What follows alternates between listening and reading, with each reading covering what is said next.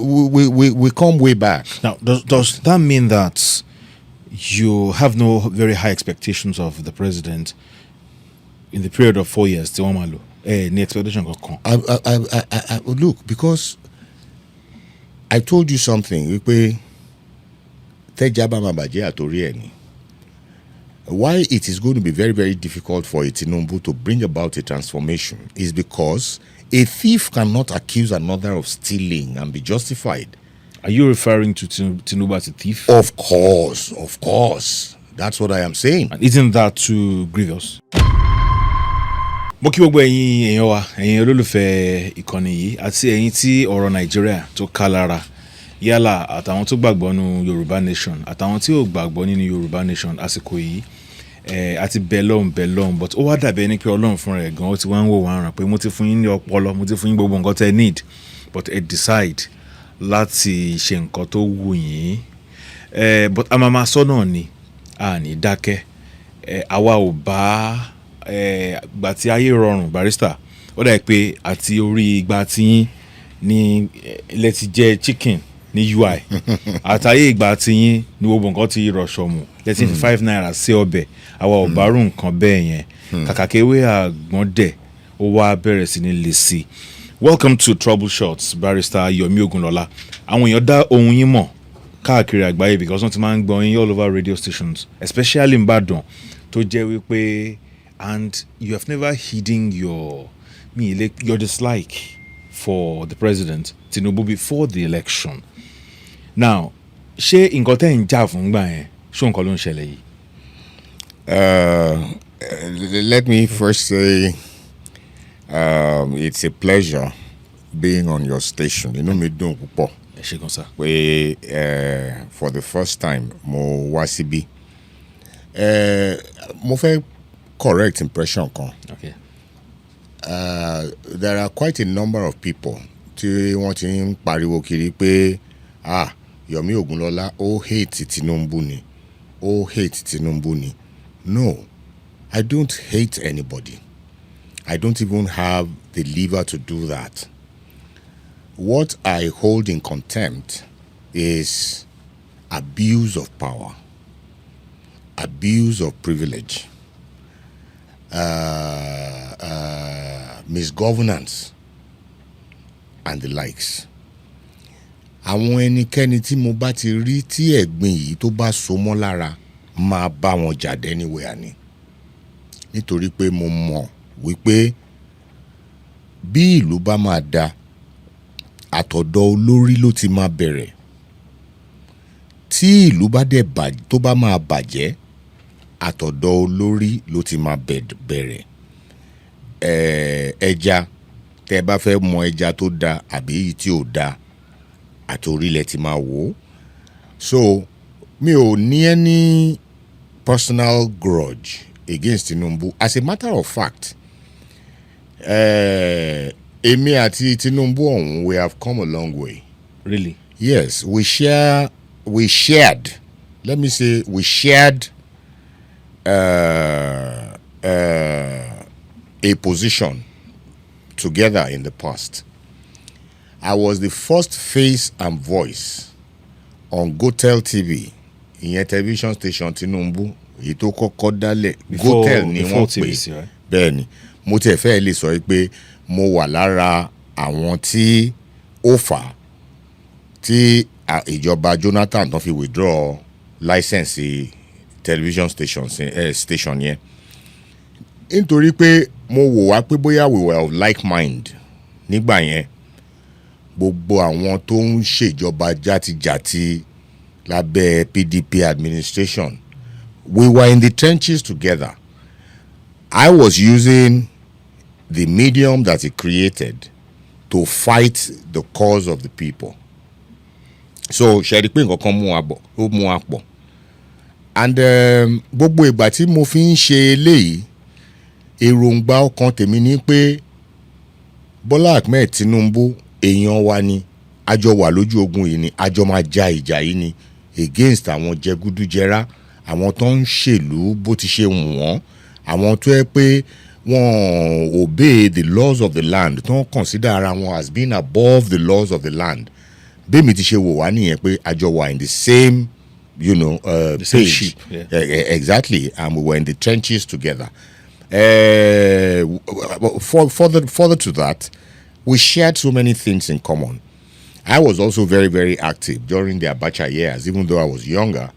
I was supposed to have been a part of the Radio Kudirat. I have a brother in America, Jide Ilawole. He had arranged a meeting for me, to meet with Wole Soyinka then. So many things, So I was to have been a part of Kudirat Radio, But one thing or another led to another, and that opportunity was lost because as at the time we were making that arrangement, government had come very, very heavily on Radio Kudirat, and it was suspicion, when any wrong move, you could be picked up by the forces. So I saw all of us as fighting the same cause, but unfortunately, mo dẹ̀ rántí ọ̀rọ̀ yẹn ní ọjọ́ kan mo wà lórí program yẹn. I assembled all the activists in Nigeria on that program. Àìgbà tèmi dẹ̀ ń sọ yìí kí náà ń pè ní channels àwọn Arise àwọn yẹn ò tiẹ̀ tí yọjú jáde rárá. GoTel TV yẹn it was the mainstream, mo rántí pé ní ọjọ́ kan lórí program yẹn ẹnìkan pè wọlé ló bá ní Barrister Yomi Ogunlola. Gbogbo nǹkan tẹ́ ń bá wa sọ yìí gbogbo ẹ̀ la gbọ́ o ṣùgbọ́n ẹni tó ní radio station yìí ṣóun náà mọ̀. Mo dẹ̀ rántí ní ọjọ́ náà lọ́hùn mo dá ẹnìyẹn lóhùn mo ní sórí ọjọ́ tí mo bá rí àléébù irú eléyìí tá à ń jà against ní ara Tinubu ọjọ́ yẹn ni ọ̀rẹ́ mi àti ẹ̀ lọ́rẹ́ wa parí. Ọjọ́ tí n bá rí ọjọ́ yẹn ni ọ̀rẹ́ wa parí. Nígbà tí mo wà ń bẹ̀ Tinubu ò hùwà burúkú sí mi rárá àti rárá. Ẹ máa ń ríra ń gbà yẹn regularly. Not regularly, I was on the radio. Òun dẹ̀ ló ní station. I was on the TV station. Òun dẹ̀ ló ní station. Station tẹ́ ń sọ yìí ṣó wá ṣáájú TVC. GoTel ló ń jẹ́ tẹ́lẹ̀tẹ́lẹ̀. Okay. Wọ́n withdraw license GoTel ni. Oh, okay. They had to reapply. Òun ló fi wá ń jẹ́ TVC lénìí. So bó ṣe wà ní ẹ. So he provided that forum for us. And we did gbogbo èmi làwọn Salisu Buhari àwọn ète nǹkan àwa la lé wọn kúrò ń bẹ̀. And ní àsìkò tí mò ń sọ fún yín yìí tí n bá sùn sótẹ́ẹ̀lì kan lénìí ní Ọbalẹ́ndé màá sùn tó bá dijọ́ kejì mò ń lọ Kétu ni màá sùn màá sùn ìkẹta bóyá Ìlíṣàn ni màá lọ sùn bí nítorí pé àwọn security operatives and gbogbo iṣẹ́ tí wọ́n báwọn èèyàn ṣe ń ṣe tí wọ́n káàkiri. Ìgbà tí mo wà ń bẹ̀ káwọn tó ń gbọ́ tó ń sọ pé bóyá mo hate Tinubu kán lè gbọ́ dáadáa ni o pé irú èèyàn bí irú èmi yìí ṣọ̀wọ́n nítorí tó bá jẹ́ pé mo dúró ti Tinubu ni bóyá mo lè ti di minister bóyá mo lè ti di governor pàápàá ṣùgbọ́n Ọlọ́run ò ṣe àwa bẹ́ẹ̀ nítorí ìgbà tí mo wà ní GoTel mo ń gba owó ju general manager wọn lọ kẹ́ lè fi mọ̀ pé Tinubu ìwà àbàjẹ́ ọ̀kan sí mi as on a personal level. Aside that ìgbà tí mo máa kúrò ní GoTel tí gbogbo wàhálà yẹn dé head gbogbo ìjọ̀gbọ̀n yẹn ti wá tó máa dé head fortunately for me I got an admission to from Obafemi Awolowo University to do my MPhil MPhil PhD program. Láyé ìgbà yẹn 1 million náà gbé sínú boot mọ́tò mi kí n máa gbé padà lọ school. So kẹ́ lè fi mọ̀ pé Tinubu ò ṣẹ̀ mí on a personal level tó bá jẹ́ pé bí irú àwọn èèyàn yòókù ni èmi náà rí ni èmi náà yẹ kí n máa worship ẹ̀ ni. Nígbà ṣe Káyọ̀dé Fáyẹmí wà ní struggle yẹn. Well, Káyọ̀dé Fáyẹmí he wasn't too pronounced. In the whole of that struggle, but I know that he was also doing something somewhere. Àwọn Ọ̀nànúgà, àwọn Délé Aláké, and the rest of them were very, very active, of course, because ṣe kó mọ̀ pé right hand man ni Bola Ahmed Tinubu ni wọn. So some of those people were very, very active, but Shemba Raji Fashola was already the governor of Lagos State, and he was doing beautifully well, But ìgbà tí mo máa kúrò ńbẹ̀, táwọn information kankan wá bẹ̀rẹ̀ sí ní jáde. Number one, nígbà mo ti ọkọ rí list tó gbé wá fún mi pé gbogbo acquisitions Tinubu lẹ́kọ̀ọ́ pé ẹ dúró náà, kí lárákùnrin yìí fi gbogbo eléyìí ṣe? Níbo ló ti rówó ra gbogbo eléyìí? Iṣẹ́ wo ló ń ṣe?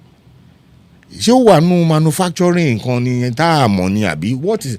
Ibi tí mo ti bẹ̀rẹ̀ sí take interest nínú matter ẹ̀ nìyẹn, and I started following him, started reading so many other things about him, and what I came up with, I was not happy at all. Mo fẹ́ lè sọ pé I was the very first, apart from Baba Agba, Gani Fawayimi, to really were that vociferous, about the candidacy of Tinubu, then as governor of Lagos State. Mo fẹ́ lè sọ pé I will rank next to him, because after Gani left, I appeared to have taken the baton from there. And I have been battling him ever since then, because I saw that what he was doing was just not okay. What precisely was he doing?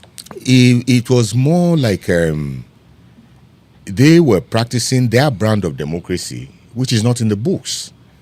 I do not see a reason why a single individual, for instance, will hold a state to ransom. That's why you see all the mess that is happening all over the country. Tinubu set the stage. Many of these things then tó bẹ̀rẹ̀ sí ní yọjú nísìn, ìjọ̀gbọ̀n tó wà ní Kano between what's the name of the governor before Ganduje, àti Ganduje, ìjọ̀gbọ̀n tó wà ní Rivers, and so many other places where people want to establish their estates in their states, where everybody must come through me, and that should not be. That is not the democracy that we fought for. The democracy that we fought for is a government of the people, by the people, and for the people. But what we are getting is quite different. Tinubu was the very first person to kọ́kọ́ gbé idea governor's pension wá, and you too, you can see what they have, the mess they have made of this governor's pension. Not only that, the activities of his Alpha Beta became suspect when we saw that virtually, somebody, just an individual, taking about 10 billion naira from the Lagos treasury every month. In the face of abject poverty of the people. And then you look at contracts too. Look at the Blue Rail. You saw how long it took them for the Blue Rail to come on board. If they tell you how much they spent to bring the Blue Rail on board, you will be amazed. So many of these issues, that came up. His domination of the entire political space in Lagos, such that not even the House of Assembly can do anything contrary to what Tinubu wants, and so on and so forth. So, but Nigerians are beginning to see, that we had a genuine cause to have opposed him one way or another, particularly when it was time for him to contest the presidency. And I am not disappointed with the Yorubas. Forget, these pipsqueaks. That's what I call them. Who are out there, they are ready to die for their God and the rest of the stuff. If you look at the election in 2023, you will see that Tinubu barely got 30% of his votes from Southwest, the entire Southwest. As a matter of fact, he lost Lagos. You could not have built Lagos the way you have been, propagating yourself, and your ideals, and you will lose the votes of the people in Lagos. So that tells quite a lot. It tells quite a lot. So We come way back. Now, does that mean that you have no very high expectations of the president in the period of 4 years? The expectation look, because I told you something. Why it is going to be very, very difficult for Tinubu to bring about a transformation is because a thief cannot accuse another of stealing and be justified. Are you referring to Tinubu as a thief? Of course. That's what I am saying. And isn't that too grievous? He can take me to court. I'm ever ready. But res ipsa loquitur. What's the meaning of that? That's Latin, right? Yes, the facts speak for themselves. If a man, something happened during the Buhari years with Alpha Beta. I think they were collecting 1% of the total federal revenues, that they collected on behalf of government.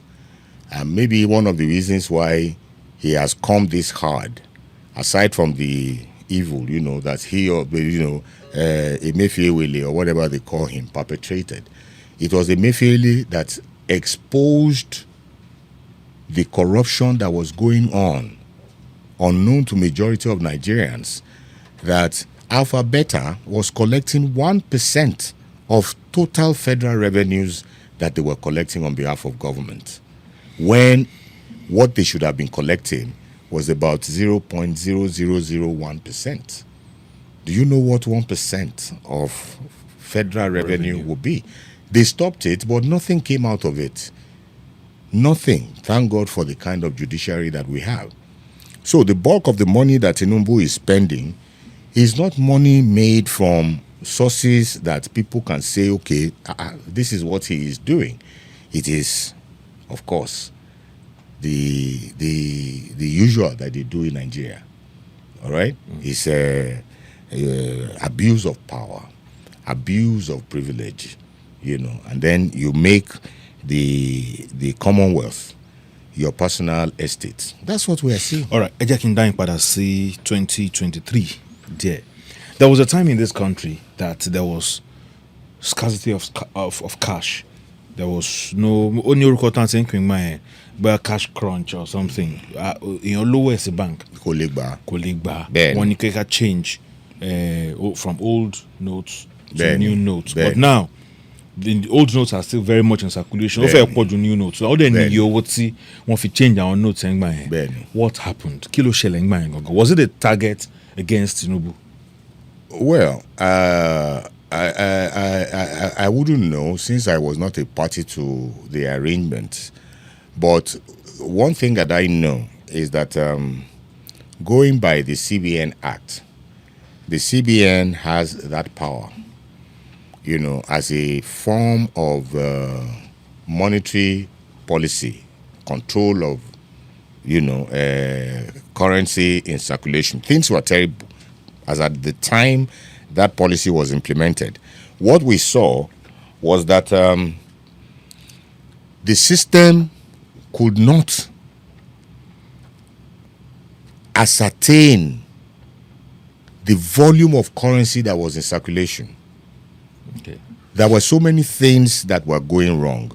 And you see, the rate at which inflation was moving was alarming.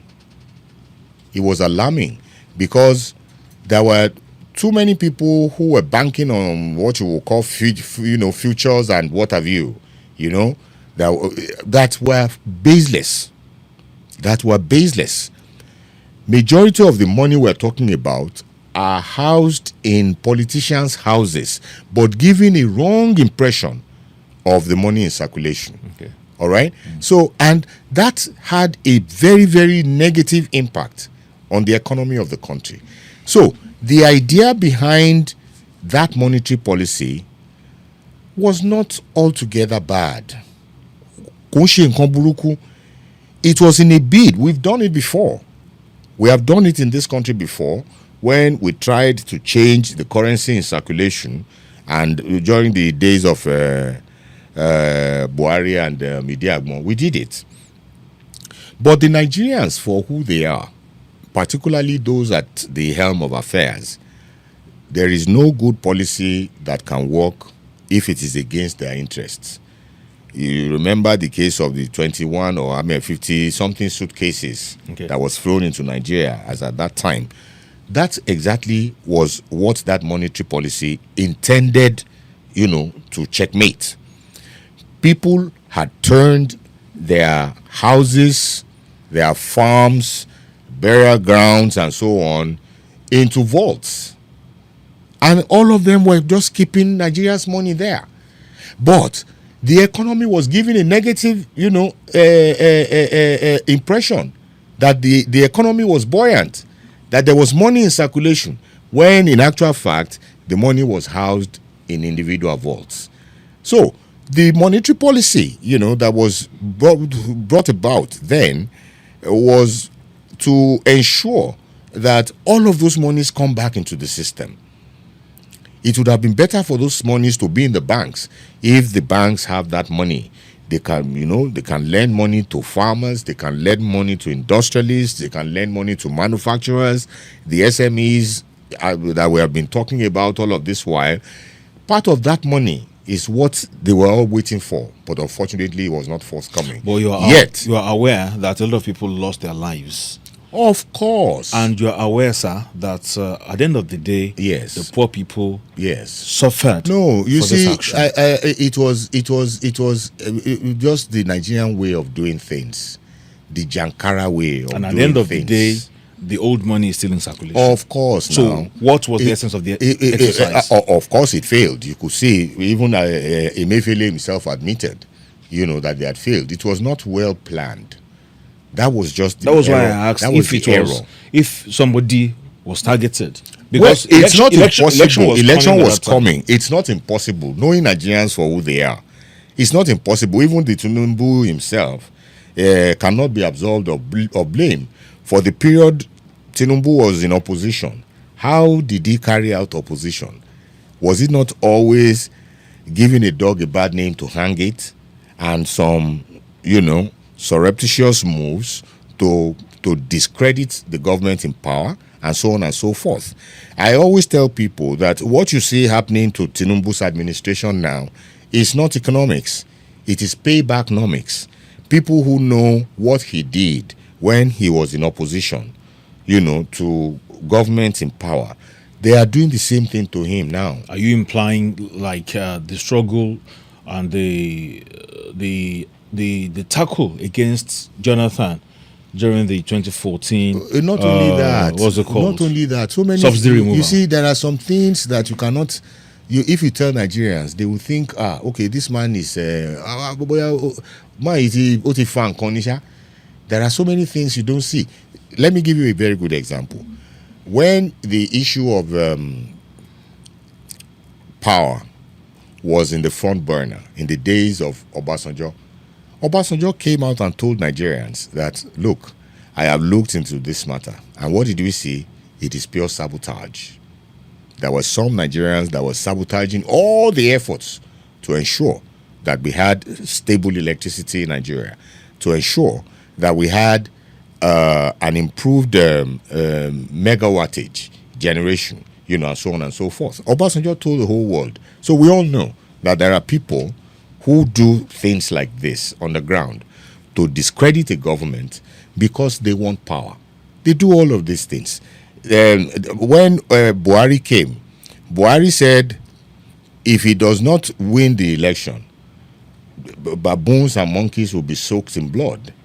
And the reports we have gotten so far is that there was indeed an agreement with a set of, let me call them miscreants, that were invited into Nigeria, that in the event that the election went not as expected, they were to be unleashed on the Nigerian society. There is no hiding that fact. El-Rufai admitted it, and so many other people in government admitted that much, that indeed we did this. But after we gave them money and told them to go, but they refused to go. All of these stories are there in the media space. So it is the position that some politicians, in order to satisfy their personal cravings, do things that are anti-state, and they get away with it. Kò dẹ̀ yẹ kó rí bẹ́ẹ̀ rárá. But nǹkan tá à ń rí káàkiri everywhere nìyẹn. That's what all of them are doing. If you are not in favor of the government in power, I saw something in this country and I wept. A government in power would award a contract to fix a road, and the road is completed. Let's not go into the details of how much was spent or how much was truly spent, But do you know that it got to a point where some opposition members will go in the middle of the night and start digging up the roads to create potholes just to give the government a bad name. So people do that. Quite a number of them do that. And it is most unfortunate because they don't love Nigeria anyway. Kò sí ọ̀kan nínú wọn tó love Nigeria. That's what I have seen. These people don't love Nigeria. They just love their pockets. For as long as the dollars keeps rolling into their pockets, for that long, okay, they're fine. All right. So Tinubu, when he was campaigning, Yes. the major mantra was that Emilio kan, and Kodesiba it's nobody or him. You can see what has happened. Why these people are enemies of the land. Because whatever agreement they had, Nigerians were never a part of it. The agreement he claimed to have had with Buhari, I will bring you in, and then after you, I will come in, was not a pact with Nigerians. It was amongst their clique, as Fela would call it. It was a paddy arrangement that they had. And today, Nigerians are bearing the brunt after 8 years of misgovernance by Buhari. Tinubu doesn't have the capacity to be the president of this country? He has shown himself not to be. He has shown himself not to be. He has been in government now a year and how many months? We're approaching the end of the year. It's going to be 2 years. And you see, I always say this to people, that if you are a leader, you need to be calm. You need to be rational. And you need to be circumspect. Those three qualities must forever be with a leader. In the absence of those qualities, take leadership away from him. He cannot be. And Tinubu has displayed that he lacks those three. It was at his inauguration speech that he created what has turned out now to be the albatross, in Nigeria. He had not yet formed a federal executive council. The National Council of State had not been constituted. The National Economic Council had not been constituted. The National Security Council had not been constituted. And here is a man who claims to be a champion of democracy. Democracy, a government of the people, by the people, and for the people. And he unilaterally took a decision that plunged us into where we are. By the statement, That the era statement, of subsidies that courage. Courage, rather, subsidy is gone. When the same Tinubu in 2014, go and read the speech he delivered concerning Jonathan's government's plan to remove subsidy, that there needed to be some conditions precedent before the removal of subsidy. But he never considered that. And it was at a time when it was most unnecessary for him to have even made the remark.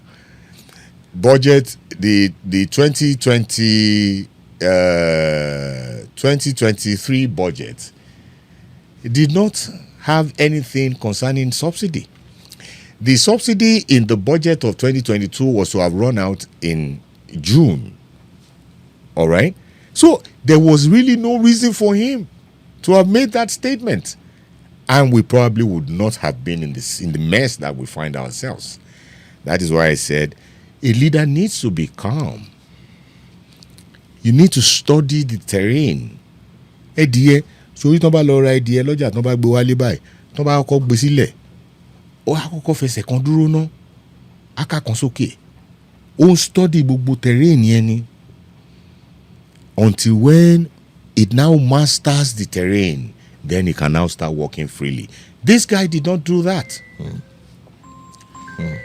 Aside from the issue of subsidy, he came again about expatriate levy on his own, without a cabinet, without a national economic council. He came out with the issue of expatriate levy. But of course, he had to go back to his vomit. No leader does that. No good leader does that. Going back to your vomit. So, subsidy, 3 months after he said subsidy was gone, they started paying subsidy again. Codedly. Oh, codedly. But some of us knew because we compared the differentials and said, no, it cannot be. The landing cost of this product from where it was coming from and what it was being sold for at the pumps, no, this couldn't be. This guy is paying subsidy. All right? And then the issue of the coup in Niger came. And that was when he really displayed complete incompetence of international affairs, international relations, and what have you. He was spoiling for war. He had not even checked his soldiers. Nigeria is still battling with insecurity. Boko Haram is running circles around our military. They go into military barracks. They seize armored personnel carriers. They seize their guns, seize their machine guns. They even seized surface-to-air missiles that Nigeria had to go and pay ransom to retrieve it back. And here is a general wanting to go to war when he had not put his house in order. So all of these things,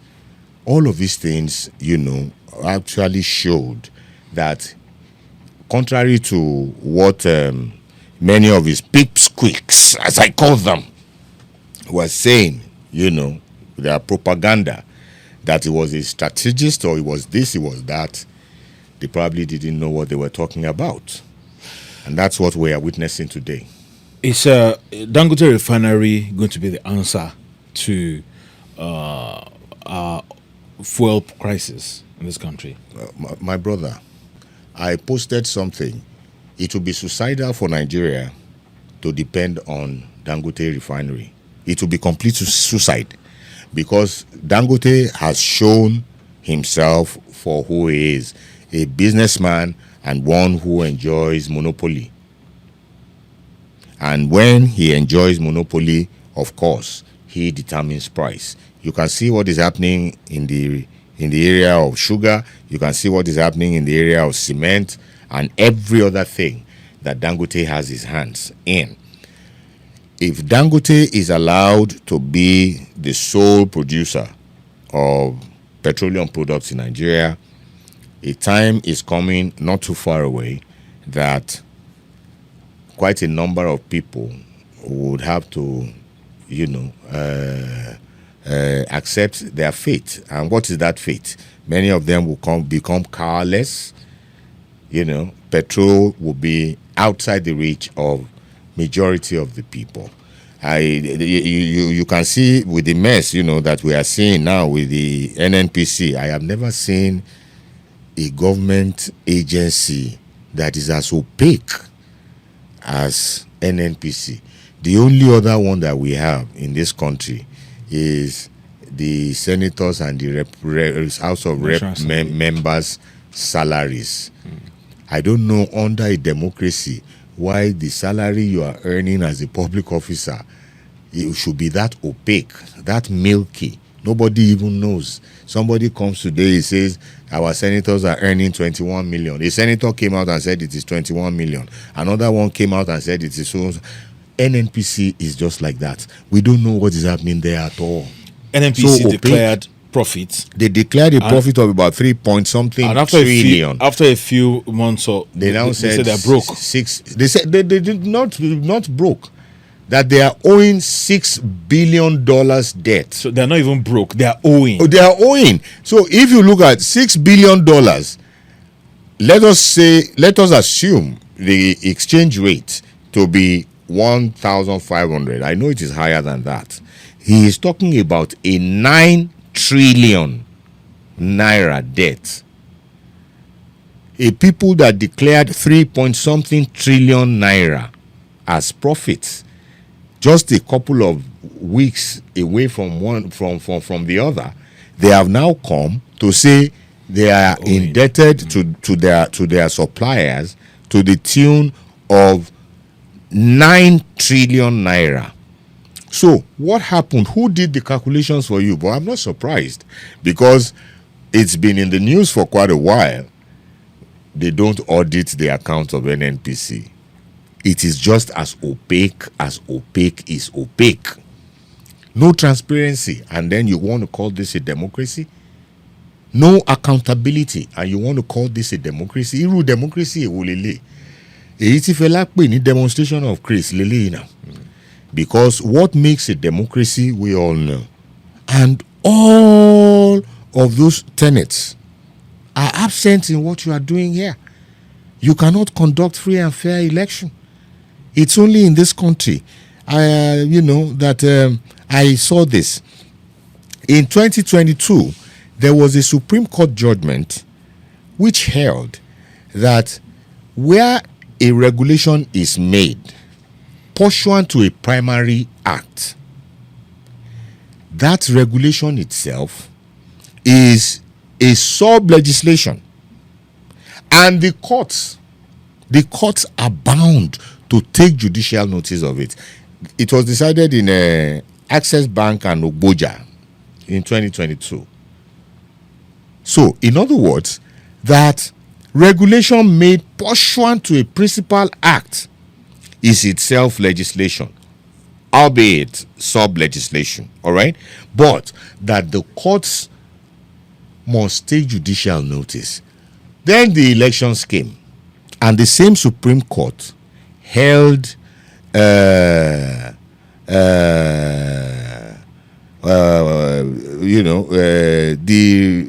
regulation of INEC not binding on INEC. It placed discretion above the law, because the regulation had made provision that election results were to be transmitted electronically, all right, in real time. And INEC failed to do that. And the Supreme Court now came and changed the law. What it made in 2022 is reversed in 2023 and held that discretion was higher than. No, where do you get that kind of a thing? Where? And for those people, like I said, who are waiting for Dangote to come and resolve the fuel crisis in Nigeria, they are going to wait for a long time. The statement I read in the news, yesterday, was that his pricing policy would reflect the forex rate.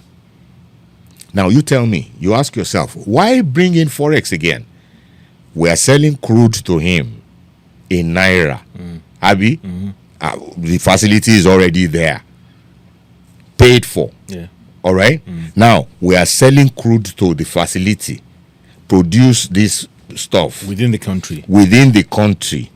No component is being, imported in the production, and now you are saying pricing will reflect forex rate. Why? Maybe because of his expatriate workers. Expatriate workers. So that means the pricing of petroleum products will vary in proportion to the variations in the foreign exchange So market. that means we are not seeing the end of our fuel. Of course, prices we at have all. not seen it. What if the Port Harcourt refinery starts working? I pray it does. Does government have any business holding on to the refineries and making them work? It is so unfortunate, that the caliber of people we have found at the helm of affairs think mostly about themselves. Otherwise, it would not have been a bad idea, for the refinery to be in government control, or at best, a private public partnership, all right? So that you can at least bring in that element of private ingenuity in governance, corporate governance and all that. It would not have been a bad idea. But that government should completely divest itself of its holdings in those, the refineries would not have been a very, very good idea. I mean, the intendment of our forebears, because we played a little with concepts like socialism and all of that, or a blend of capitalism and socialism, or mixed stuff, in the past. But with what we have seen, it has become very obvious that, particularly in quotes, Nigerian government cannot be trusted with Nigerian assets. So unfortunate. We have to go and look for people elsewhere to come and manage our assets for us, because if you put our people there, they will steal all the money. They are all thieves. All thieves. And that's the problem. And not only that, you see, for those who are expecting the refineries to come on board, I think a lot of us are missing the point too. Those refineries are how many years old? Some established as far back as 1950 something. So what I am saying in essence is many of the things you have there are already obsolete. Many of them are already obsolete. So it is going to be the same thing, another cash cow for the boys. They will maintenance. Money has been spent on maintenance so many times. So we heard, and salaries too, running into billions. Maybe it's too early for us to predict some doom, at least for us in terms of these refineries. I want to remind you of the communication sector, yes, where we had MTN, we had government communication, MTEL or something at that time. Yes. Glo came in with the per second billing. Yes. And Airtel. Yeah, I think Airtel even came out around the same time with MTN. MTEL, then later Glo. But now we are enjoying, at least to an extent, some cheap rates with our communications. In the next 2 years, is it likely we have Yafu fuel? It's not impossible, but as things are, ensure that all these thieves are not involved. If there's going to be a way to isolate them from that sector and completely privatize the sector, sell the refineries to people who can manage it. Obasanjo did that. No, there was a reason, because of, like I told you, that, we played a little with this idea of socialism, and that kind of stuff, where government holds the property or owns the property in trust for the people. That probably was the idea that Yaradua had. That, look, why don't let us sell this thing? But he probably never expected that we were going to have this brand of people again who would rather the country die. No,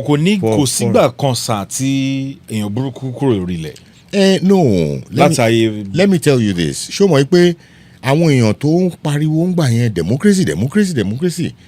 There were Nigerians, expectations among Nigerians were high gone, especially given the kind of battle we had with the military. Nigerians felt, that by if we embraced democracy, a lot of things would change.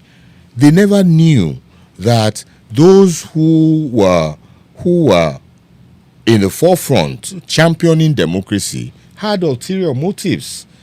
All right? Who would have thought, that a governor will come and then it will be under the guise of immunity, all right, be behaving the way the governors in Nigeria behave, above the law?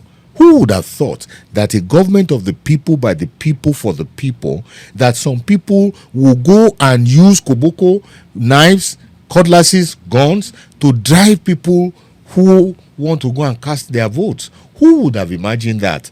Who would have imagined that the kind of democracy that we were calling for during the military would bring a kind of Obasanjo who will be looking for a third-term agenda? A kind of democracy. People know the truth.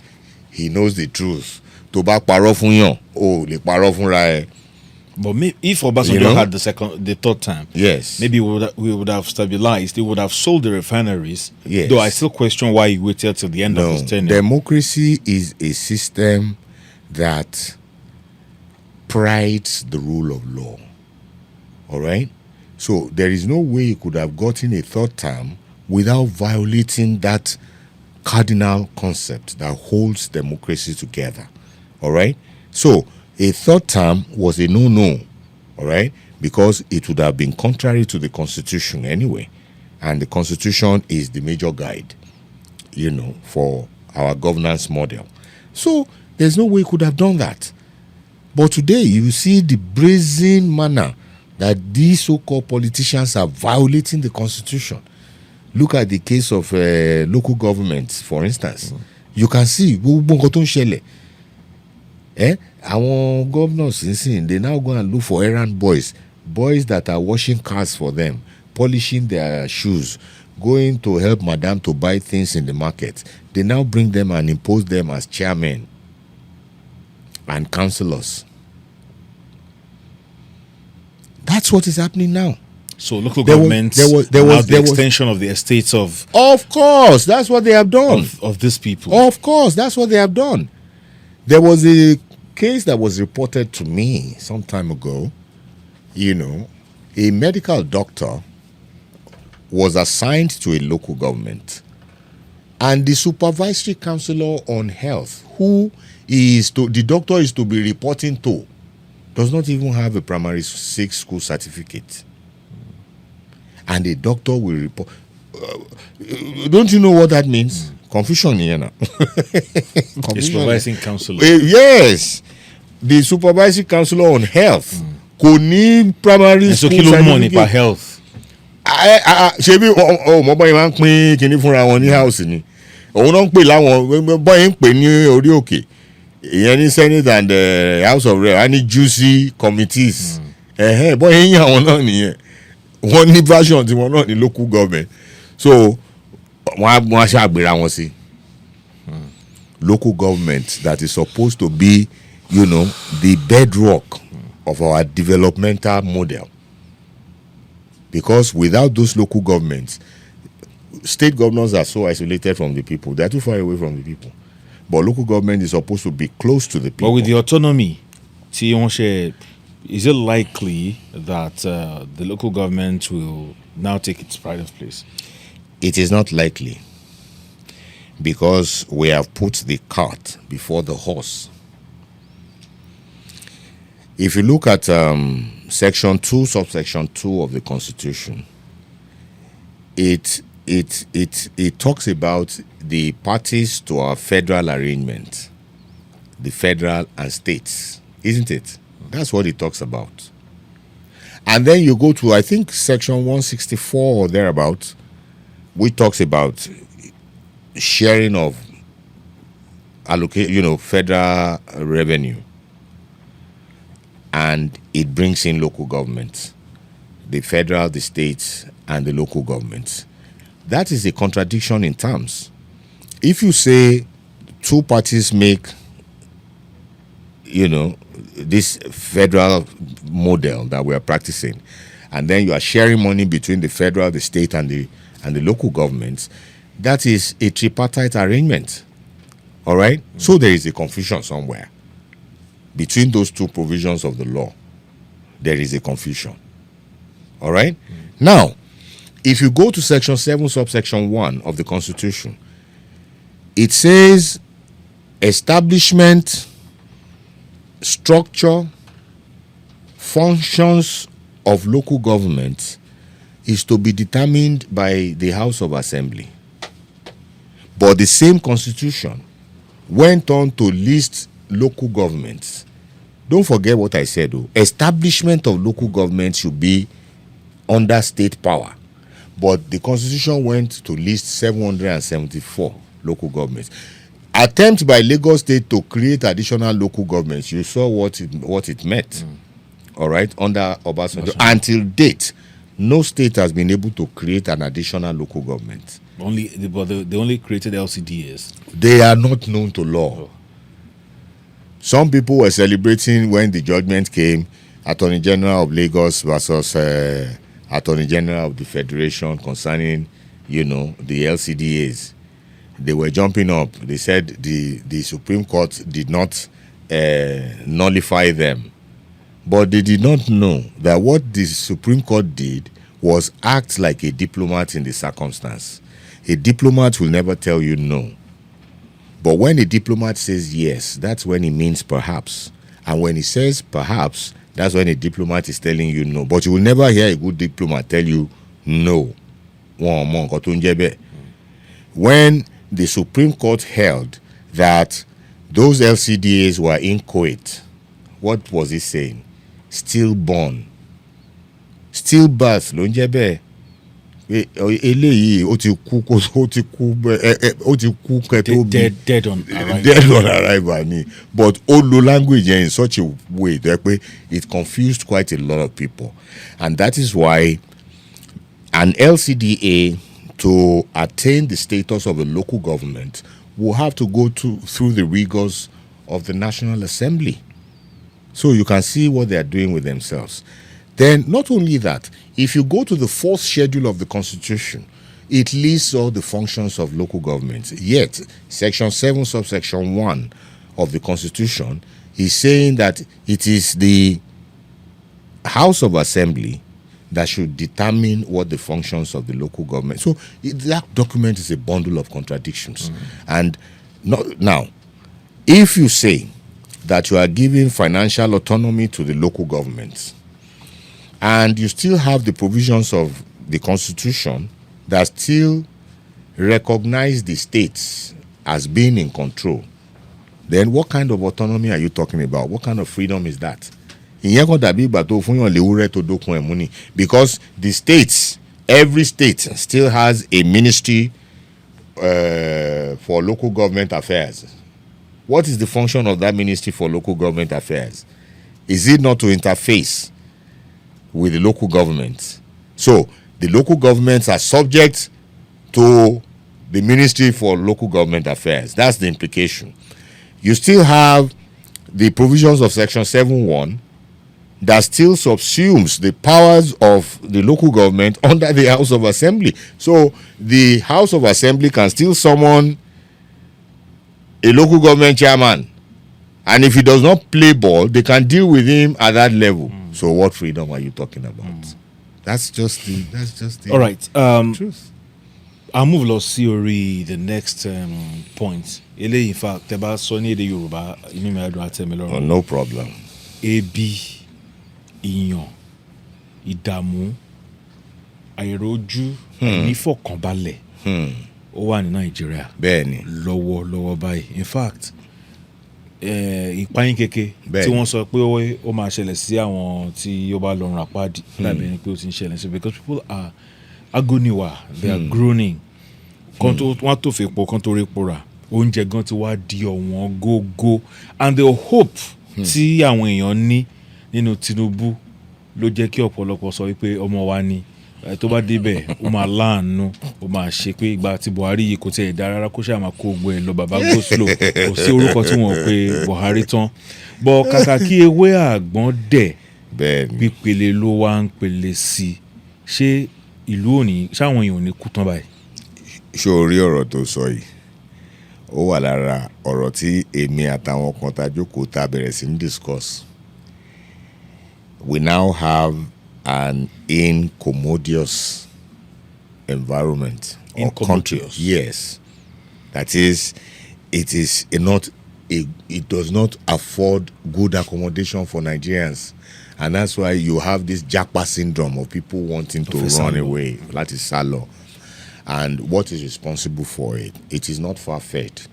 Government is killing the people through its policies. Government is killing its people. Government ń pa àwọn èèyàn wọn pẹ̀lú àwọn negative policies. Gbogbo policy ẹ jẹ́ kí n fún yín ní example kan. Tẹ́ ẹ bá wo America. America is one of the leading manufacturers in the world in terms of anything you can think about. Whether oúnjẹ ni o, whether automobile ni o, whether anything, manufacturing, industries, what have you. They are a leading force to reckon with. Just like China, all right? UK náà, àwọn náà ní level tí wọ́n náà tán ti attain. But tẹ́ bá wá wo àwọn economies wọ̀nyí, ẹ rí wípé almost all of them ni wọ́n rely lórí domestic economy wọn, tí ń ṣe pé ó dìgbà tán bá ta ọjà síta kí àlàáfíà tó dé bá lò wọn, káwọn tó ń ṣe gbogbo iṣẹ́ yìí tó máa rówó ṣiṣẹ́ wọn. Ẹ béèrè pé báwo náà yẹ ṣe tán fi jẹ́ pé domestic economy wọn is the mainstay of their economy. Ọgbọ́n tán dáre. Wọ́n wò pé táwọn ará ìlú ò bá lè ra microphone, tá a bá ṣe microphone, táwọn ará ìlú ò lówó láti ra microphone, ṣé ẹni tó ṣe microphone ò ní kú dànù ni? Ó máa kú ni now. Ẹni tó ń ṣe bàtà, táwọn ará ìlú ò bá lè ra bàtà, ilé iṣẹ́ máa dúró nìyẹn. Wọ́n wá jókòó wọn á rò. The only thing tá lè ṣe tó fi lè jẹ́ káwọn ilé iṣẹ́ yìí máa wà, òun ni pé purchasing power àwọn èèyàn wa à ń láti ṣe kí ni? À ń láti gbé sókè so that they will be able to afford it. Ó dà tá bá ní ká wá gbé sókè, èló la wá fẹ́ máa fún wọn tán fi máa lè máa rà á. Then they developed a credit system. Number one, no, you are entitled to a job. O ní láti níṣẹ́. Tó o bá níṣẹ́, ìjọba máa fún ẹ ní stipend tó máa gbà kó lè fi mọ̀ pé wọ́n isolate ẹnìkankan. Ìjọba ó máa fún ẹ lówó. Ọ̀pọ̀lọpọ̀ náà àwọn ọmọ wa náà sá lọ sọ́hùn sí wọ́n fẹ́ lọ bímọ sọ́hùn torí wọ́n mọ̀ pé ọjọ́ tọmọ yẹn bá délé ayé báyìí owó ti bẹ̀rẹ̀ sí ń kàlé lórí tóun náà máa gbà. So many things. Wọ́n wá wo wọn kan pé okay, now kò ń ṣe pé dandan ni ká máa san $1 million fáwọn èèyàn wa yìí. No, ní fún yín $1 million. Iye sí sálárì yín minimum wage yín per hour, iye tó máa jẹ́ rẹ̀. Ṣé wá rí minimum wage yín tẹ̀ ń gbà per hour yẹn? 5% nínú ẹ̀ owó iná ni o. Owó iná yẹn ò dẹ̀ ní kọjá 5% yẹn. Ṣé wá rí 10% nínú owó yẹn owó rent yín ni o. 10% yẹn kò ní kọjá irú yẹn. Wọ́n ṣe pín gbogbo ẹ̀ lọ lóríṣiríṣi nìyẹn. So ó stabilize economy. Ṣó wá rí lórí ọ̀rọ̀ mọ́tò. Tó o bá fẹ́ mọ́tò, ó ní láti máa lọ máa para ẹ̀ kó máa lọ ń tọ́jú owó kan sínú báǹkì kan káàkiri o. Tó bá ti fẹ́ ra mọ́tò, ìwọ ṣáà lọ sọ́dọ̀ àwọn ní mọ́tò yẹn. Mo fẹ́ ra mọ́tò, èlò ní mọ́tò yìí o, $500 ni. Ó dáa. Báyìí o, ṣó wá rí owó yẹn, a máa yọ 15% nínú sálárì ẹ̀ títí tó fi máa san owó mọ́tò yìí tán. Ṣó tẹ́ ẹ lọ́rùn? Ó yá ọ̀gá goes, wọ́n máa wa mọ́tò yẹn wá fún ẹ nílé ẹ ni. O ní láti fi kankan deposit. Kò ní di gbogbo deposit. Ilé ńkọ́ ṣáà ní máa sùn lójú títì. Òótọ́ ni ṣó mọ̀ pé ọ̀dọ̀ tí wàá ń sìn ó dà nǹkan tá a máa ṣe pé lórí ọ̀rọ̀. Ṣó rí ilé tó o bá ti ní ìdílé mortgage wà lórí ẹ̀ fún ẹ. Ìwọ kan ṣáà mú 10% owó mortgage owó ilé yẹn wá kó o deposit ẹ̀ 25 years ló fi máa san owó yẹn, iye báyìí làwọn máa yọ nínú owó oṣù ẹ̀. So at the end of the day, owó tó ń gbà yẹn, that's why aráàlú òyìnbó àwọn òwọ́rì ń pa gbogbo irú bíi pàlà táwa ń kóra wa sí bíbà. Ohun tó jẹ àwọn lógún jù kò ju wípé ṣe rí gbogbo owó tẹ́ fẹ́ yọ yẹn ẹ yọ o, ṣùgbọ́n tó bá di leave mi o, ẹ má jẹ́ kí nǹkan kan ṣẹlẹ̀ sówó tí máa fi lọ fọ́lídé o, holiday yẹn jẹ mí lógún.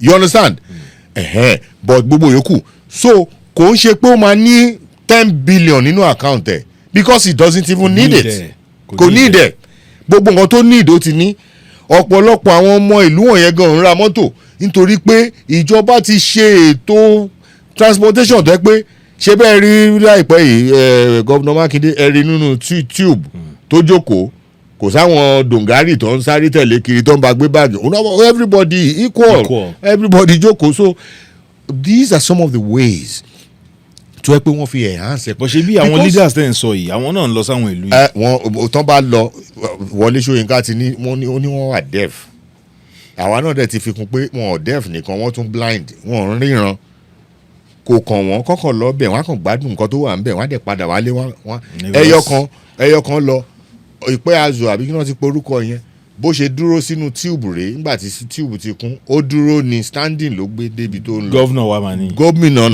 ní Nàìjíríà bẹ́ẹ̀ ni o ó mú standing. ó mú standing débi tó ń lọ ni ṣùgbọ́n bó ṣe dé airport báyìí mọ́tò tó lọ welcome ẹ̀ afẹ́ tó 50 tó fi lead convoy lọ. They know what they are doing torí wọ́n mọ̀ pé lawless country ní Nàìjíríà.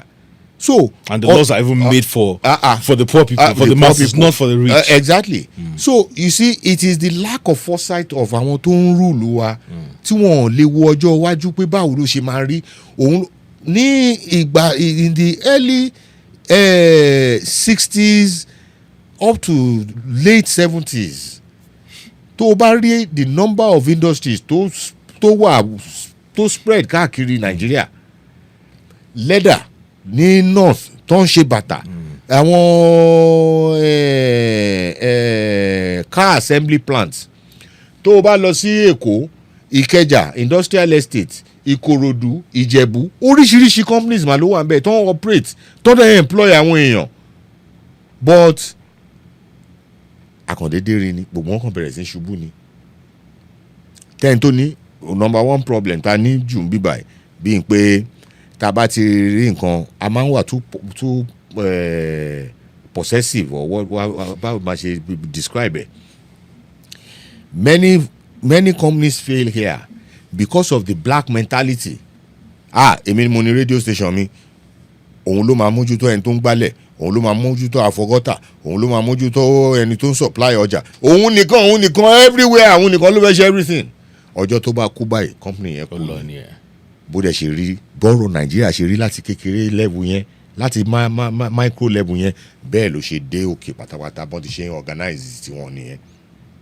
Wọn ò ní foresight pé ẹ wo irú nǹkan tá à ń ṣe yìí o bọ̀nà ó yẹ institutions ló yẹ ká máa create but you can see what is happening they just create strong men in Nigeria. Irú Tinubu yẹn ń sìn ẹnìkan bó everybody òun ló máa determine ẹni tí wọ́n máa jẹ láàárọ̀ máa determine aṣọ tí wọ́n máa wọ̀ ló máa determine office tí wọ́n máa jókòó báwa ṣe ń ṣe ń bíbá yìí nìyẹn jẹ́ kí system kó operate tí system bá operate a ṣe gbogbo àwọn nǹkan wọ̀nyí fún wa seamlessly the way we cannot have a system where you have strong men. Àwọn strong men tó máa mú ẹnìkan lọ ṣe lọ hùwà ìbàjẹ́ àwọn agbófinró wọn mú ó gbé fóònù ẹ gbọ́ mo gbọ́ pé ẹ mú ẹni báyìí ẹ túlẹ̀ ọmọ mi ni ẹ filẹ̀ òun náà adé máa lọ ẹ wá wo ohun tó ń dá sílẹ̀ sí wa lọ́rùn sí patricide ibi ni láìpẹ́ iná gbé lóyìn jáde ọmọ tó lọ pa bàbá ẹ̀ ó lóun fẹ́ fi ṣe owó matricide ibi ni èyí tó lọ pàyà ẹ̀ tó fẹ́ fi ṣe owó infanticide ibi ni all kind of decides ibi ló wà ẹyọ kan sì náà mú ní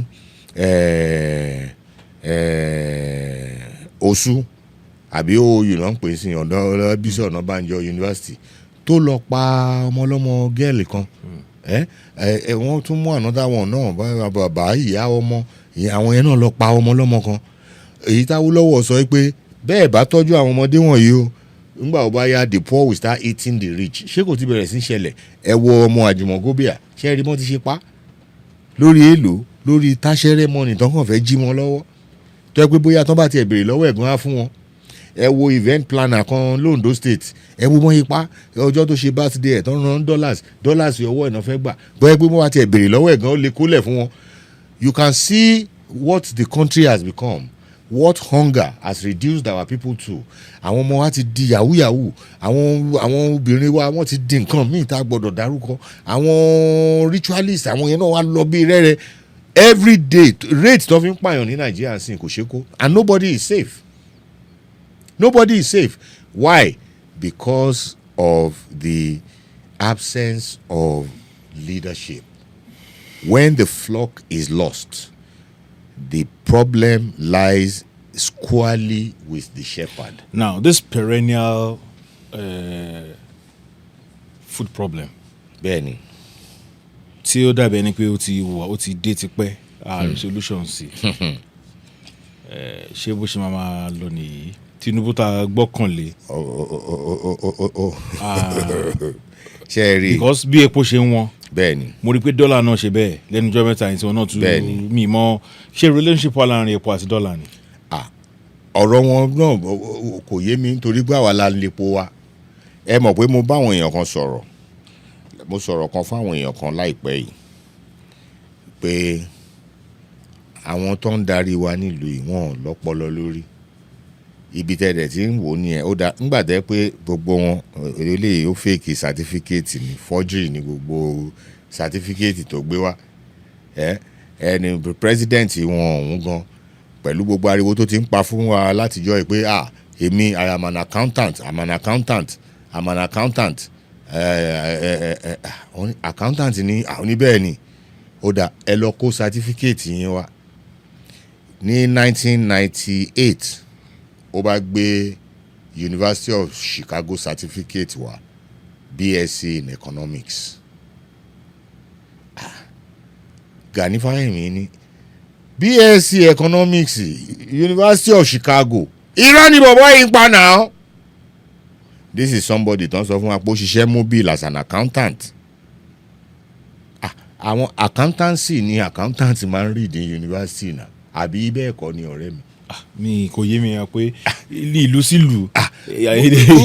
Kò sí nǹkan kan òótọ́ ọbẹ̀ mo ń sọ fún ẹ yìí. Then ó ní òun lọ sí government college Ìbàdàn. Ìgbà tó tún yá sí la tún gbọ́ pé no kò ń ṣe University of Chicago ló lọ Chicago State University ló lọ. Abániọ́dà ẹ̀jẹ̀ lọ bèrè Chicago State bọ́bọ́ ògbólógbò yìí ṣé wá sí school yìí wọ́n ló wà kí ló kà lọ́dọ̀ yín. Wọ́n ní business administration ló kà. Àwọn ọ̀rẹ́ tí yín tó jáde ní government college ṣé kò sẹ́ni tó mọ̀ wọ́n. níbo náà àwọn yẹn ó jẹ́ mọ́kàn tó bí àwọn ọmọ yẹn nú. Ìgbà tó sọ pé government college Ìbàdàn ni àwọn ará government college Ìbàdàn púpọ̀ ló ti bẹ̀rẹ̀ sí fò sókè pé bàbá olówó yìí ẹ̀wọ̀ ẹ̀lẹ́ a fẹ́ ṣe founders day o a fẹ́ ṣe founders day o kó wá join wa o lọ́rọ̀ bá di wẹ́lo lọ́wọ́ lọ́wọ́ polisi pé ẹni sọ̀rọ̀ orúkọ ọ̀bọ yìí ó sì. Ẹbí orúkọ tó ń jẹ́ ńgbà yẹn yàtọ̀ sí orúkọ tó ń jẹ́ sí. Ó dẹ̀ kù sí lọ́wọ́ ó kù sí òwò àtọ̀ àti kí lorúkọ eléyìí tó ló bá òun ṣe tó lọ́ bá òun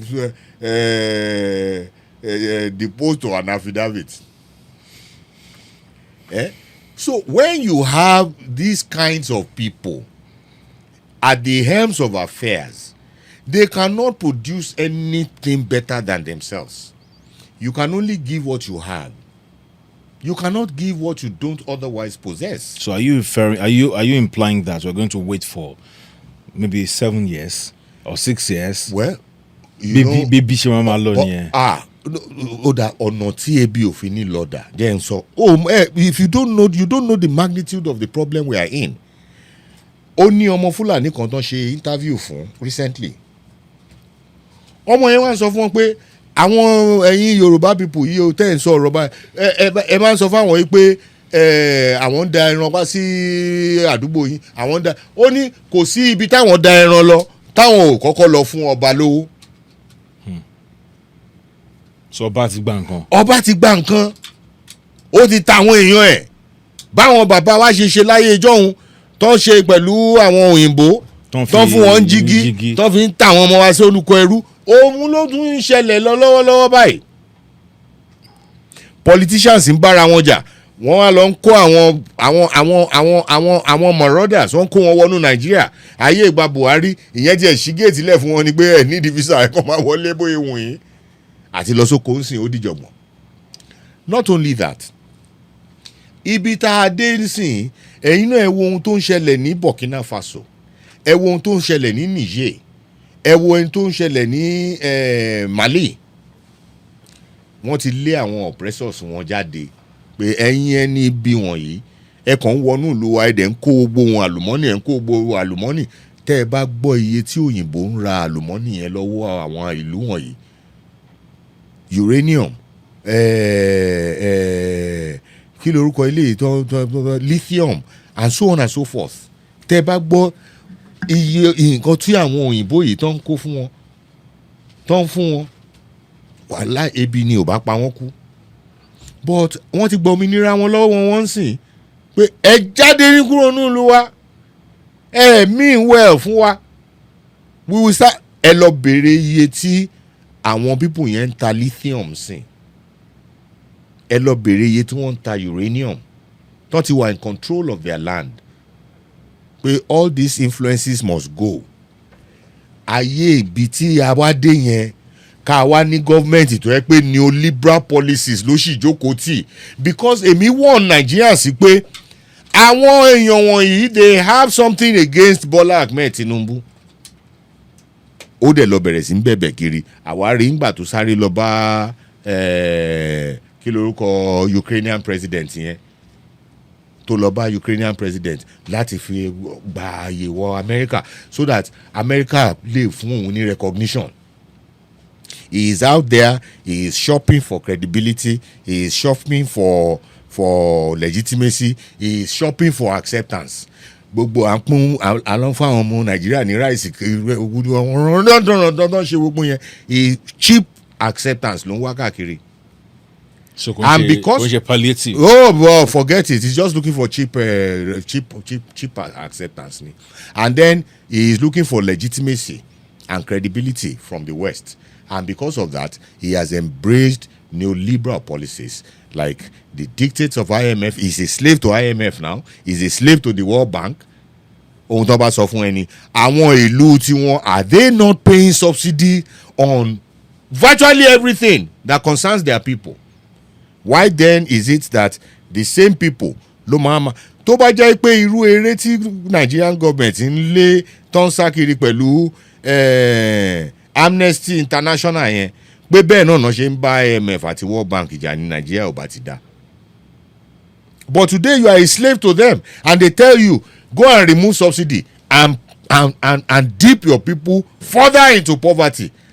And because you don't, that's why rí láti ìgbà tó ti dé, ìlú wo lẹ́yìn rí kó invite ẹ̀, ìlú wo lẹ́yìn ti rí sí tó invite Tinubu for South Africa. by South Africa. Nígbà yẹn inauguration. Ṣé ẹ̀yin gan ò rí nǹkan tí South African president fojú ẹ̀ rí ni, tó ń lọ gbé sí second row, giant of Africa. Mọyì owó tá a ná láti fi liberate South Africa ni nígbà ayé apartheid. Ká wá ní president Nigeria wá lọ, wọ́n wá gbé president Nigeria sí ẹ̀yìn. Ramaphosa ó kọjá lọ, ó tiẹ̀ ignore ẹ̀ lọ́ntì ẹ̀ ní. No, bí ó ti kí wọ́n ti kíra nu létẹ́lẹ̀. Ibo ló ti kí ta ni gbogbo èmi ni damage control tán bẹ̀rẹ̀ sí í ṣe tẹ́lẹ̀tẹ́lẹ̀ wọ́n á ní Ramaphosa lọ kí. Because àwọn people yìí mọ gbogbo facts, nǹkan táwọn ará ìlú yìí ò mọ̀ àwọn mọ̀, and that's why they are treating him like that. That's why they are treating talent. Ẹ sọ ìlú tó invite ẹ pé how the president Nigeria will come to our country, we want to discuss bilateral relations. Èwo lẹ rí? China tó lọ is not an invitation for Nigeria. ECOWAS ni wọ́n pè. And by virtue of his position as chairman of ECOWAS, òun ló yẹ jẹ́ kó wà láàrin wọn bẹ̀. And what are they bringing back? $20 billion for Africa. How much is $20 billion? Tá a bá share at the current exchange rate in Nigeria, that is 20 or 30 trillion, isn't it? Nigeria need 30 trillion now. Okay, májèá mú ní 30 trillion. Jẹ́ ká wò pé $20 billion tí wọ́n secure nsìn as a proposed Chinese investment in Africa. Ká pín láàrin jẹ́ àmú àwọn ìlú mẹ́wàá. That means $2 billion ló máa lọ sí ìlú kọ̀ọ̀kan. Àbí bẹ́ẹ̀ kọ́? How much is $2 billion? $2 billion is about 3 trillion. àbí at our own exchange rate of 1,500 ó ti jù bẹ́ẹ̀ lọ so tó wà pé tí n bá gbé sí fígọ̀ tó wà sí owó yẹn á tún kéré so how much is 3 trillion NNPC nìkan ó lóun rí profit 3 point something trillion so what significance is our going to China of what significance? The Chinese people are in our country destroying everywhere, destroying our farms, arming militants against us, and so on and so forth. Wọ́n lọ bá wọn discuss ìyẹn atrocities tó ń commit ń bí. So you see, they are just confused people. They are just confused people. That's just the truth of it. Now, ṣé ẹ rí continuation àbí discontinuation láàrin Buhari government àti Tinubu government? Òun náà sọ fún yín kẹ́tọ́. Ṣé continuation àbí òun fúnra ẹ̀ ló sọ fún yín kẹ́tọ́ wọlé olóhùn máa mú láti ibi tí bọ̀bọ̀ ti parí ni ṣé bẹ́ẹ̀ náà kọ́ ló ti mú ni. Ẹ̀sùn kí ni bọ̀bọ̀ ń ṣe? Ìyẹn ta ni. Buhari. Ó fìyà jẹ wá ni ó fi ṣégè Buhari fi ṣégè hàn wá then Tinubu ó wá fún tiẹ̀ ní kọ́lọ̀ òun wá fi renew ṣégè sí tiẹ̀ nǹkan tó ṣẹlẹ̀ ṣé renew ṣégè kọ́ lé lé báyìí sí renew ṣégè rè wò ó mọ ọkọ tó you don't know what is going on àní ọkọ mi ti méré ó ti méré ó ti fìyàwó lẹ́gbẹ̀ẹ́ láwọn ọmọ ìyàwó mi ti méré ó fọ́ da àwọn ọmọlẹ̀ fún ọkọ àwọn ọmọ gan in some cases ọmọ gan fúnra ẹ ti ta dànù gbogbo àwọn wèrè wọ̀nyí ó dà ipá àwọn eléyìí ò ní nǹkan ṣe ẹyọ kan ti ẹ̀ pààyà ẹ̀ dànù ni pé kí ni wàhálà táwọn eléyìí wá kó mi sí yìí ná bóyá tí bá gún fi wọ̀ ṣòwò màá lè live better life. Can't you see the mess all over the place? Look at the mess. How do you start to address, these issues now? Ibo la ti fẹ́ bẹ̀rẹ̀. And àwọn tó dẹ̀ wà in charge, you can see they are not even feeling anything. They are unconcerned. Kò kàn wọ́n rárá. Wọ́n ní compassion. Kí ló ń jẹ́ compassion? Kò kàn wọ́n rárá àti rárá. Kò kàn wọ́n rárá. They are so indifferent to what is happening everywhere. Àwọn ò mọ̀ pé ẹnìkan ò jẹun tó ń bá mọ̀ pé ẹnìkan ò jẹun ni ṣé nínú irú crisis náà máa lọ ra jet tán láwọn lọ rà àwọn fleet wa àwọn planes tó wà bẹ́ẹ̀ máa fẹ́ tó mẹ́wàá ó máa fẹ́ tó mẹ́wàá at least ìgbà táwọn Chinese company tán gbẹ́sẹ̀ lé brown new one yìí ó lọ sí African state kan ṣebí kan nú wọn náà lógún lọ síbẹ̀ tẹ́ wá lọ ná àdúró owó yẹn láti lọ ra plane ó tún lọ ra Cadillac Escalade tó mọ̀ pé Nàìjíríà ni mo ti rí tí wọ́n ń celebrate ọmọ tó fèèlì WAEC ó yẹ kó tijú ni kójú tì kó lọ sápamọ́ síbì kan because bí àwọn Nigerian leaders ṣe rí nìyẹn láti 1960 the lives of their people have not improved. Millions are going below the poverty line on a yearly basis. And the people who are bringing this, who are impoverishing them, you will see them wearing flowing agbada. Àwọn máa ṣapá báyìí. Ọmọ tó ti fail school sat. Àwọn kan dẹ̀ wà ń tà ń bẹ̀yẹn, àwọn yẹn náà, àwọn náà máa wọ́n lè, àwọn kan wà tán bá gbọ́ orúkọ mi báyìí, wọ́n máa bú mi látàárọ̀ dalẹ́ ni but kò. Wọ́n ṣe máa bú yín náà nílẹ̀. Àwọn abúbọ́yìn máa ń bú mi nìyẹn. Ṣẹlẹ̀ àwọn. Ṣebí mi náà ń bú bàbá wọn. No problem. Shina Peters kọrin kan.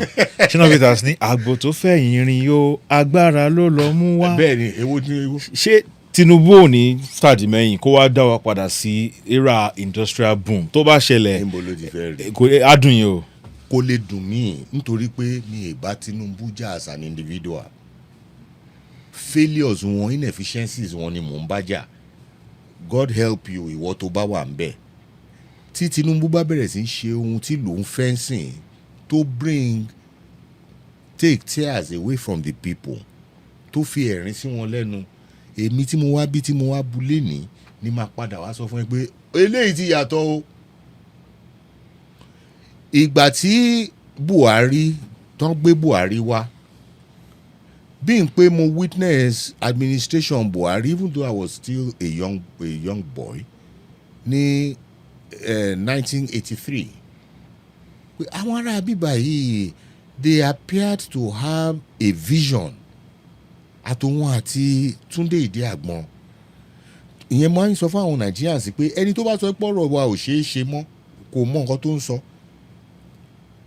Nàìjíríà ṣiṣẹ́ ìgbà tí Buhari àti Túndé Ìdí-Àgbọn wọlé báyìí sanity wá sí Nàìjíríà straight ni gbogbo ìwà rándanrandan ìwà jákujàku yẹn everybody kọ́kọ́ tọwọ́ ọmọ ẹ̀ bọ́ṣọ́ ní kó tó di pa àwọn Abíọ́lá nǹkan wọn yẹn kan tó lọ bẹ̀rẹ̀ sí ṣe gbogbo rándanrandan tó ń lọ ṣe to ensure that those people bọ̀m inú mi dùn pé Ọlọ́run dé pẹ̀lú àwọn náà bó ti ṣe tọ́ àti bó ti ṣe yẹ. so ẹ like bí Abíọ́lá ò ṣe débẹ̀.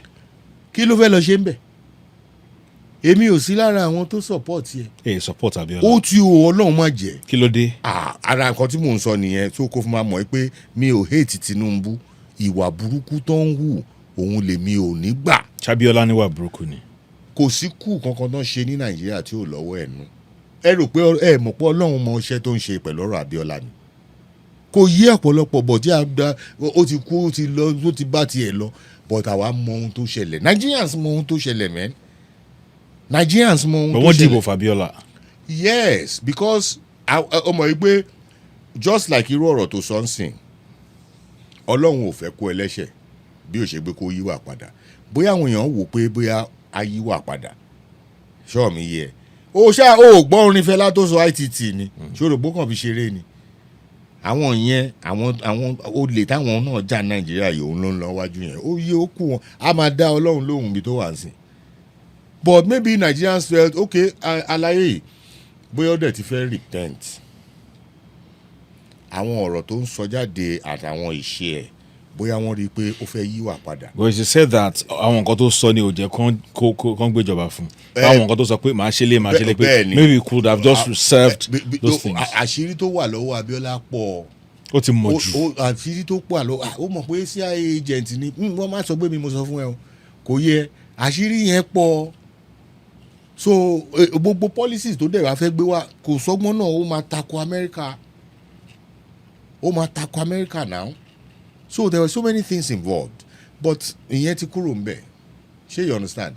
So tá a bá rí eléyìí náà tóun náà bá lè dìde tó bá ní liver yẹn láti stand up to our oppressors báwọn Mali àwọn Burkina Faso àwọn Niger bó ṣe stand up to their oppressors and say enough is enough. Wo tó bá jẹ́ pé gbogbo crime tó commit lọ́dọ̀ wọn tó fi ń hold there to ransom lẹ́ni Nigerians will forgive you tí Nigerians bá rí pé o jáde láti jà. but ṣé kò ti máa pẹ́ jù because tí government bá ti ń pé 2 years re-election ló kó tán náà wá. èèyàn náà ló ń bá káàkiri ń sìn so far complete failure. now bí ebi ṣe wà tó nílùú mi ní wà surprise táwọn èèyàn bá tún sọ pé okay this same government. ṣé wọ́n vote ni ṣé o rò wọ́n vote ni. because complaint wà ń gba Buhari. yes but Buhari still did his second time. Yeah. He still had his way. So òun náà nìyẹn ìyẹn jẹ́ kó mọ̀ pé ní IPAC Interparties Advisory Council wọ́n ṣe meeting kan láìpẹ́ yìí tí wọ́n ní ok báyìí làwọn ṣe fẹ́ kí nǹkan dẹ̀ wá máa rí from now henceforward wípé àwọn INEC àwọn civil society organizations ló máa yan leadership INEC wọ́n ní election àti presidential ni o àti governorship ni o àti national assembly ni o àti state house of assembly ni o gbogbo wọn will be held in a day propositions ni o pé kílùú gbà wọlé APC ló dìde pé láíláí àwọn ò ní bá yín sign eléyìí kí ló dé wọn fi fẹ́ sign yẹn torí wọ́n mọ̀ báwọn ṣe ń ṣe ni wọ́n mọ̀ báwọn ṣe ń ṣe ni. but PDP da in all this they no like pé obedience ni àbí. Ọlọ́run iwájú lọ pa ibi tí irú èmi yìí máa rí sí kò ní ṣẹ̀yìn ta ló ń jẹ́ bẹ́ẹ̀ ta ló dárúkọ sí yẹn. ṣé ara ẹ̀yìn ni obedience ni. kí ni ìyàtọ̀ ẹ̀ àtàtìkù are they not of the same family ṣé inú ẹbí kan náà ti jáde ni àwọn yẹn òbí yẹn bàbá ńlá deceiver ilé ayé àtọ̀run. kí lè rí. ó kàn capitalize lórí opportunity tó kàn rí ni. gbogbo àwọn edibles tí wọ́n ń kó wá láti ìlú òkèèrè ta ló ń kó wọlé? ṣé òbí kọ́ ló ń kó wọn wọlé ni? òbí tó ń pariwo fún yín pé we must move from consumption to production. ìbáṣe pé bóyá a ti rí production tóun ń ṣe tẹ́lẹ̀tẹ́lẹ̀ ni ṣe bá a dẹ̀ believe ẹ̀. ìwọ tó yẹ pé gbogbo àwọn hens baked beans nǹkan toothpick gbogbo ẹ̀ ni wọ́n ń kó wọlé tó ń strain ní dollars tí nàìjíríà ń pa. ìwọ ló wá ń sọ̀rọ̀ production. nàìjíríà ló ti lè sọ̀rọ̀ ẹ̀ torí pé tó bá sọ nílùú tó ọpọlọ àwọn ọlọ́pọlọ wà ní wọ́n á ti sọ lóko pa. ọlọ́pọlọ wà nàìjíríà. wọ́n bóyá wọn ọ̀pọ̀. ṣe bí ọlọ́pọlọ lẹ́yìn náà. àpọ̀ náà ni. so àwọn èèyàn má pe orúkọ wọn yáde rárá. àti Tinubu ni o àti Atiku ni o àti Peter Obi ni o they all belong to the same. táwa lè bá prefer láti lead. Wọlé Adébáyọ̀ ni mo dìbò fún. who is Wọlé Adébáyọ̀? SDP candidate ni ṣùgbọ́n o need láti search it out kí wọn náà gbọ́ ọ̀rọ̀ lẹ́nu ẹ̀. We must move completely away from these people. tó bá ṣeé ṣe ni gbogbo àwọn èèyàn tó ti gba ipò láti 1960 àtàwọn tó tàn mọ́ wọn who brought us to where we are today ìkankan nu wọn ò tún gbọdọ̀ hold public office mọ́. Anyone kò bá jẹ́ ọmọ wọn kò bá jẹ́ ìyàwó wọn kò bá jẹ́ tó ti by association. kí wàá ní kí ni ìyàtọ̀ máa jẹ́ àwọn tó ti hold ẹ̀ àti. let's try new blood. Well, go and look at the Prime Minister of UK today. New blood máa arrest power ni kò sẹ́ni tó máa wọ̀n ní serve the power the platter of gold. ṣọmọ nǹkan tó ìyẹn náà lọ ibi táwọn ọmọ ń lọ ń sìn àwọn ọmọ yẹn ti ń lọ bẹ́ẹ̀ torí pé àwọn ọmọ wa ni. àwọn ọmọ tó ti jápa. gbàgbé ọ̀pọ̀lọpọ̀ ni wọ́n ń jápa bẹ́ẹ̀ àgbò tó fẹ̀yìn rin ni. Things will not continue like this forever. tí banditry ò jẹ́ kí arímú mi Nàìjíríà. sori kidnapping for ransom. banditry tí wọ́n rí yẹn. o mọ̀ pé reaction lòun náà ni. reaction bad governance reaction injustice gbogbo ẹ̀ ní nǹkan tó ń rí yẹn manifestations ẹ̀ ni. They are mere manifestations. Banditry, kidnapping, armed robbery, gbogbo ẹ̀. They are all manifestations of evil governance. Torí tí ìlú bá take care ṣe nírú ẹ̀ ní London. Are they not the same human beings? Ṣe nírú ẹ̀ l'America. Are we not the same human beings? Is it not the same blood that flows through us? But ìwọ fúnra ẹ mọ̀ pé ìlú ẹ̀ ń take care. Kì í ṣe pé bóyá ìlú wọn wà devoid of crime. Àwọn kan wà tó yẹ pé pathological criminals ni wọ́n. Ṣùgbọ́n pé láyé ìgbà kan to determine who is a criminal biological considerations náà máa ń wò. Ṣé you understand? Wọ́n lè ní àwọn tó máa ń lọ́gọ yẹn bóyá wọ́n máa ń ní this tendency àbí nǹkan kan. You know? But today majority of crimes are sociological in nature and psychological in nature. All right? So àwọn yẹn ó move away from biological considerations, especially sociological factors. Kọ́mọ jí láàárọ̀ kó má mọ oúnjẹ tóun máa jẹ, kó dúró for the whole day kó má jẹun, ṣòro kó má ronú productively, and kò tí ìyẹn nìkan wá tún kọ́ o. Èyí tó wá burú jù ní pé wọ́n tún wá ní sójà, wọ́n ní army, wọ́n ní navy, wọ́n ní DMI, wọ́n ní SSS, gbogbo àwọn rubbish jargons tó ń pè káàkiri yẹn tó ń hold àwọn ọmọ wa down. Tó bá lọ protest nsìn wọ́n á yín ẹ̀ ń bọ̀ pa. Tó bá yín ẹ̀ ń bọ̀ wá tó bá rí ẹ wọ́n á gbé ẹ lọ sí court, wọ́n á gbé ẹ lọ fún treason. Ilé ẹjọ́ àwọn adájọ́ wọn náà ló wà ń bẹ̀. Ọ̀gá sentence oníkà fún bọ́n ti ṣe ń ṣe ìjọba Nàìjíríà nìyẹn. Gbogbo yẹn náà if you hold àwọn èèyàn down.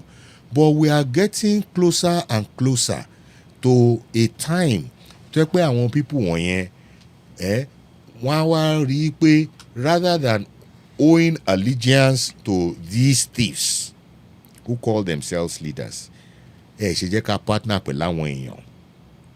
We are going to get there. How soon ọjọ́ kan well I don't know. How soon is closer? Oyè Ọlọ́run ọmọ sójà kan ó gba leave of absence ó wá fẹ́ padà lọ sí ilé kóun náà lọ kí àwọn fámìlì ẹ̀. Ìgbà tó wá dé mọ́tò park tó lóun fẹ́ wọ mọ́tò ó wá ní 70,000 naira lówó mọ́tò. Ó bá ní 70,000 naira 70,000 naira ní sálárì tí mo gba.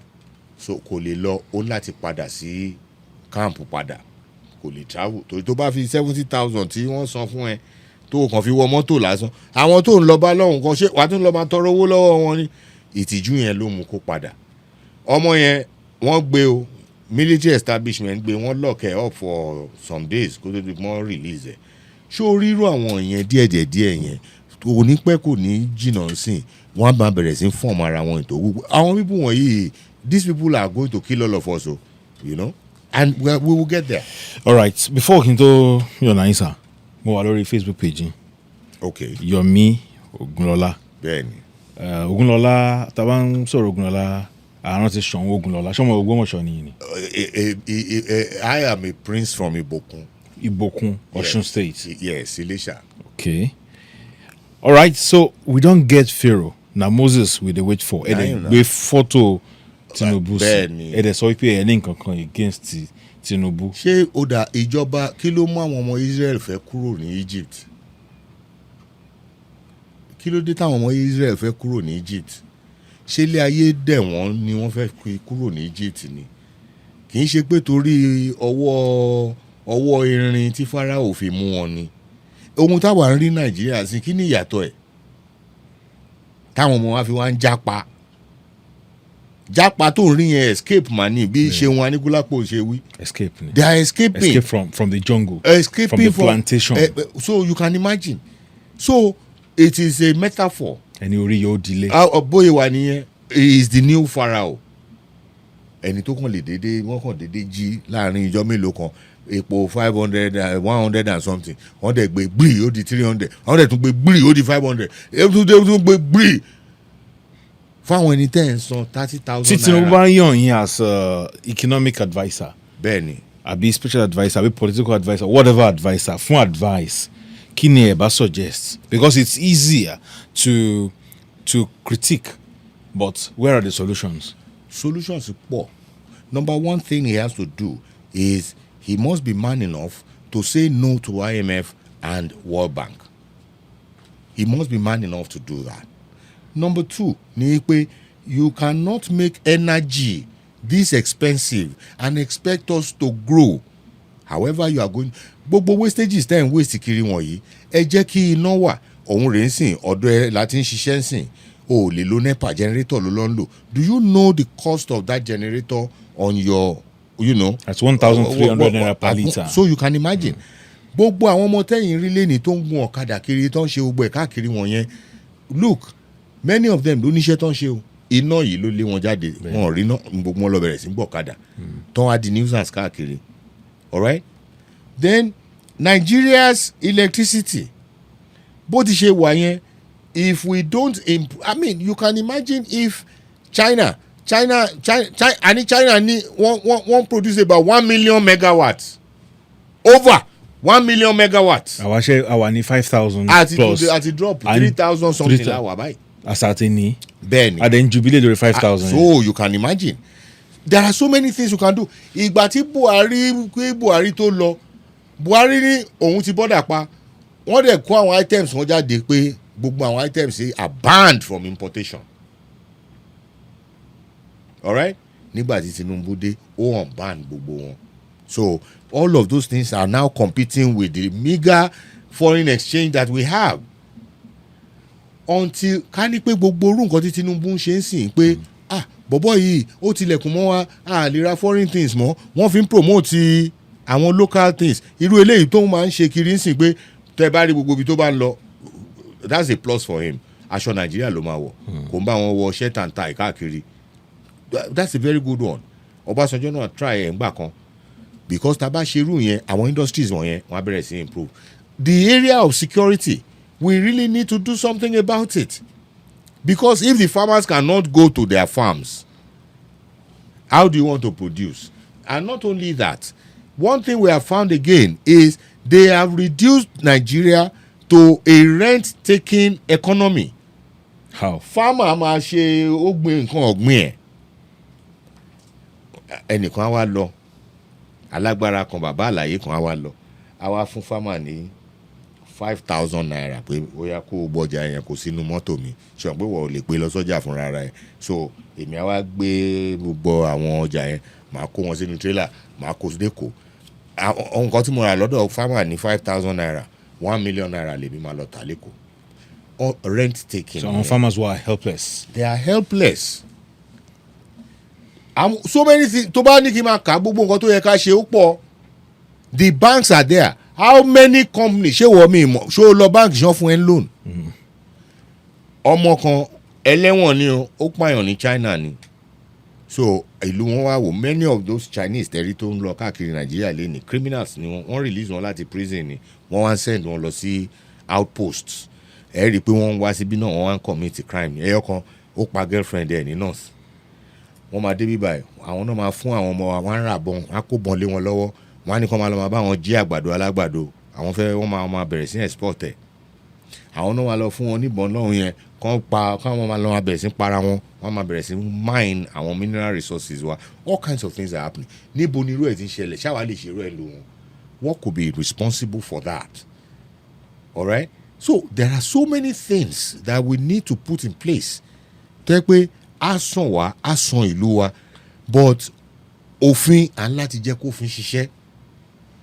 Òfin láti ṣiṣẹ́ ìka tó bá ṣẹ̀. Kọ́bágé. Ṣùgbọ́n pé ìka ọmọ Buhari lélẹ́yìí o, ìka ọmọ Àpábíòrè o. Ẹ̀yin náà wò ó. Tírù yẹn, ta ló fẹ́ respect irú ìlú yẹn? Àpábíò tó jẹ́ speaker tó jẹ́ president of senate lẹ́nìí ó lẹ́jọ́ tó ń dá ní FCC àbí bẹ́ẹ̀ kọ́ all kinds of criminals àwọn tó ti commit felony lamẹ́ríkà gbogbo wọn all of them are in this government all of them criminals báwo kí ni criminals wá fẹ́ ṣe irú system wọn fẹ́ ràn these are the nǹkan tá a lè ṣe ó pọ̀ tá a fi lè but it requires Naiwo Sawon said anybody that wants to lead a troubled nation must be prepared to step on toes. Until we are ready to step on those toes, we are going nowhere. Maybe Tinubu is stepping on the toes of the masses first before moving on to the... Why should he? At no point in time should you step on this on Ni Japan. If they are going to make any sacrifice, we have to... Àwọn tó jẹ́ leaders àwọn náà máa make ẹ̀ wọn ò ní jẹ́ kó touch àwọn èèyàn wọn rárá. mo ti bí àwa èèyàn ṣebí inú ibi tí ń pa wọ́n làwọn ti lọ ń ra mọ́tò fúnra wọn náà ló ń fi 21 wọ́n ní Àgùdà house ibi tí Yẹmí Ọ̀ṣínbàjò gbé ìyẹn ò ṣeé gbé Tinubu ń wojú re Ṣètìmá owó tún lọ ná 21 billion láti fi kọ́ ilé fún Ṣètìmá. ṣé Ṣètìmá ń pinnu ni. wọ́n mọ̀ nǹkan táwọn ń ṣe a mọ̀ pé yẹn o ṣáà mọ gbogbo story ẹ̀ àbílẹ̀ ẹ̀kọ́ náà ti mú kan náà àwọn olórí àwọn Boko Haram gbà kan criminals àwọn náà wà mí. And for as long as these criminals remain in charge of Nigeria, we are going nowhere. Another quote Simorita post, "Any you can cheat in election, but cannot cheat in economic policies. The real problem is yet to come." Bẹ́ẹ̀ni, Wọlé Adébáyọ̀ ló sọ yẹn, but I agree with him, and that's why I posted it. The real problem is yet to come. It is yet to come. You have rí ọ̀rọ̀ epo yìí sẹ́. Ìlú wo ló fẹ́ grow tó máa mú owó energy tó máa lọ sókè báyìí? Manufacturing company wo ló lè operate under this circumstance? Which manufacturing company? Àbáwọn small and medium scale enterprises yẹn ló lè survive pẹ̀lú ọ̀rọ̀ iná. Mo wà lórí radio program kan láàárọ̀ yìí tí wọ́n bá ẹnìkan sọ fún mi pé òun bá àwọn ìyá ọlọ́jà kan sọ̀rọ̀ lọ sọ́jà ni ó ní ọjà kẹ̀ pẹ̀lú ohun tí nǹkan sọ so you can imagine ọlọ́jà kan tún jókòó sílé ní ṣá ìgbà tèmi kan drive jáde láàárọ̀ yẹn wá wo empty títì empty lọ ni àwọn tó yẹ kó lọ́bi iṣẹ́ ò lè lọ́bi iṣẹ́ àfẹ́ni bá fẹ́ fi rìn para ẹ̀. Posting can be something like play Nigerians who stood against 140 naira per litre at Ojota years back. No. How many years ago? 10 years ago. 10 years. Are now paying 1,000 naira a litre after hours on the queue under the same people that led the protest. wọ́n tún rà lábẹ́ queue ni. gbogbo ohun tẹ́ ẹ bú Emefiele pé ó ṣe fún yín nínú bank àwọn ilé náà ti bẹ̀rẹ̀ sí ṣe fún yín lé epo báyìí. So even at that 1,000 plus queue too ni. kò sí it's not available. Àti normalize japa torí ó ń ṣe mí gan bí kí n japa. Ta ni ò fẹ́ bí ó bá ṣe pé bóyá age ni nítorí wọ́n bá worú àwa báyìí pé bàbá arúgbó mo lẹ́yìn tún japa lọ ìwé ká dúró bí ká máa àwa because we have a duty. Ohun tó yẹ káwọn aṣíwájú ṣe ni pé kán dẹ ilẹ̀ fún àwọn tó ń bọ̀ lẹ́yìn àwọn ilé yìí ò dẹlẹ̀ fún àwọn tó ń bọ̀ lẹ́yìn rárá but àwa máa try best tiwa torí iṣẹ́ tọ́lọ́run gbé ràn wá nìyẹn. We have to do what we inflation rates ní 2023 June was 22.8%. And as of June 2024, inflation rate has increased to 34.2%. It is going up from that because as at the time it was 33, PMS was selling for like 580. Now that it is 950, 1,000, be waiting. You will see what will happen. Nigerians cannot feed. Which way Nigeria? Orin Sonny Okosun. Wow.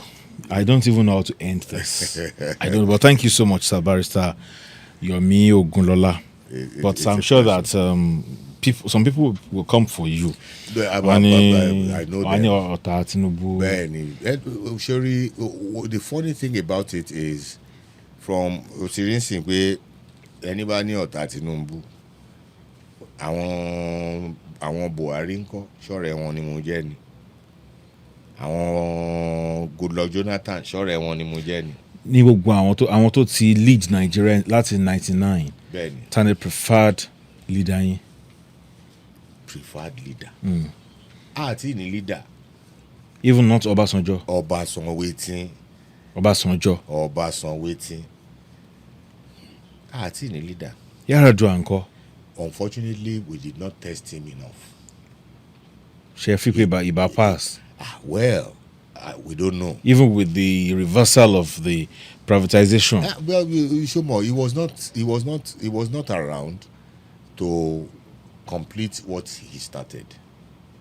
He was not around. Bóyá àwọn cabals tó wà àwọn náà no stampede. Well, because I have a feeling that there are some generals somewhere àti àwọn highly pleased Nigerians sọ pé lè bá wọn nínú election but àwọn náà ń call shots. Àwọn ìtorí pé àwa fúnra wa nítorí ìbàjẹ́ táwa fúnra wa ti ṣe tá a fẹ́ kófin discover òun ló wá jẹ́ káwa náà máa tolerate àwọn yẹn because all you need to make Nigeria work is to make the law work.